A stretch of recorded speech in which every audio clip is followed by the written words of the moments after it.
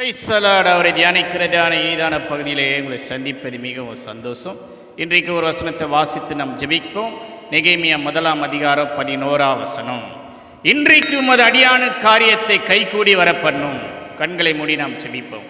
அன்பான இயேசுவே, இந்த யூடியூபுடன் இணைந்து ஜெபிக்கிற ஒவ்வொரு வாழ்க்கையிலும் இன்றைக்கு உமது அடியான காரியத்தை கைகூடி வரப்பண்ணு சொன்ன வார்த்தைப்படி இன்றைக்கு உடைய பிள்ளைகளுடைய காரியத்தை கைகூடி வரப்பண்ணுவீராக.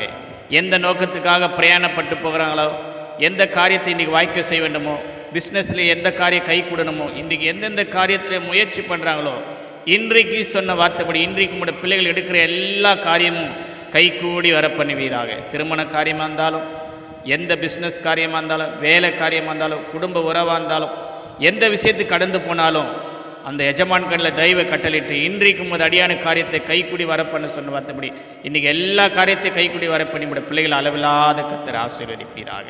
ஆம்.